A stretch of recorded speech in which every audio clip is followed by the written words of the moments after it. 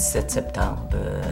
C'était une annonce très sauvage dans le sens que cette journée-là, on a vu la compagnie qui préparait dans un coin les chaises parce que, bon, on a dit, les employés ont dit « Ah, bon, ben tiens, garde, ils vont nous annoncer un boni comme on a eu l'année passée parce que l'année d'avant, c'est ça qui s'était fait. » Et c'était l'inverse. C'était une annonce comme quoi que c'était une fermeture. Et là, il y avait une quarantaine de gardiens de sécurité, là, de gardes de sécurité qui étaient là. Et c'était fatal.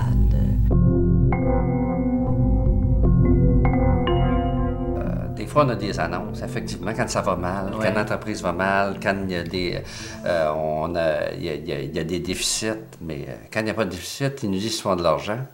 On ne s'attend pas à ça, là. On s'attend que ça va continuer. Là. Tout le monde voulait avoir zéro rejet parce qu'on disait la qualité, il faut qu'elle soit la meilleure parce qu'on voulait toujours que la compagnie soit la mieux cotée pour venir à bout de vendre. Alors, tout le monde avait un intérêt pas croyable chez Philips Électronique.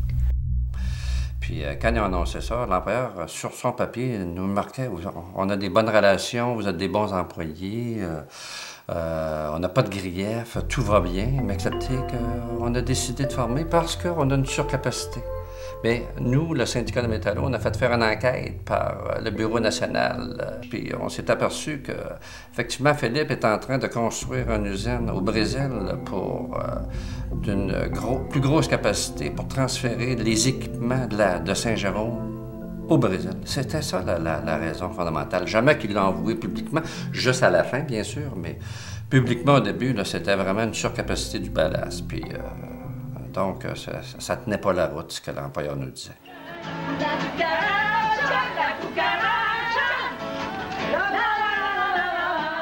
Normalement, à l'Halloween, on se déguise un peu, certaines personnes, mais là, c'était tout le monde qui était déguisé en mexicain. Et on a fait venir les médias pour qu'ils prennent des photos, pour qu'ils puissent savoir que, bon, Philippe s'en va, puis regardez, là, on sait que c'est au Mexique, au Brésil, mais encore, on était là et c'était... on se mettait un peu dans la peau des gens de là-bas, puis on disait, s'ils savaient là, comment ils vont travailler, puis il n'y aura pas de salaire, il n'y aura pas rien, alors... Mais la compagnie, pour eux autres, de voir qu'on était habillés comme ça, là, ça a été comme... Ils riaient, mais seulement que je peux dire qu'ils pensaient que c'était un petit peu rebelle ce qu'on faisait.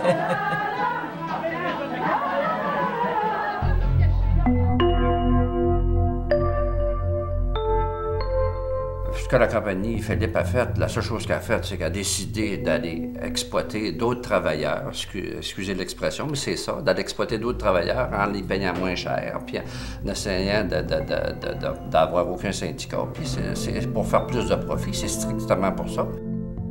Les autres entreprises aussi, là, faut pas qu'ils soient sûrs d'eux parce que ça l'arrive du jour au lendemain. Alors, il y a de quoi à faire parce qu'il faut jamais penser que les entreprises fermeront pas leurs portes. Et il faut faire de quoi parce que c'est impensable. Il faut qu'il y ait des lois, il faut qu'ils gardent chez nous, ces entreprises-là. Je pense que les gens ont été doublement bernés.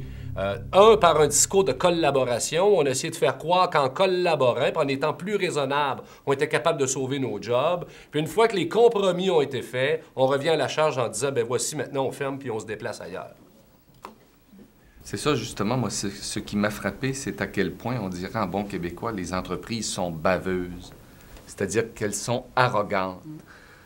Non seulement dans la façon dont Philips a annoncé sa fermeture, c'est-à-dire de façon cachottière avec les agents de sécurité, mais de façon plus générale de la façon dont ils jouent les marchés de par le monde, les situations nationales les unes contre les autres.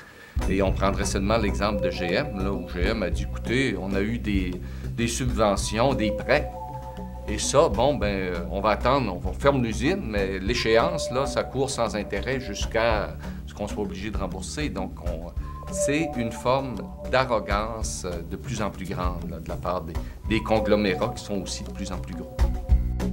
Autrefois, on voyait ça plus dans le long terme. Des multinationales, ça fait 100 ans que ça existe, là, mais ils se projetaient dans le long terme. Ils avaient une vision de continuité. Ils étaient là pour produire dans le long terme. Maintenant, ils sont là pour produire dans le court terme.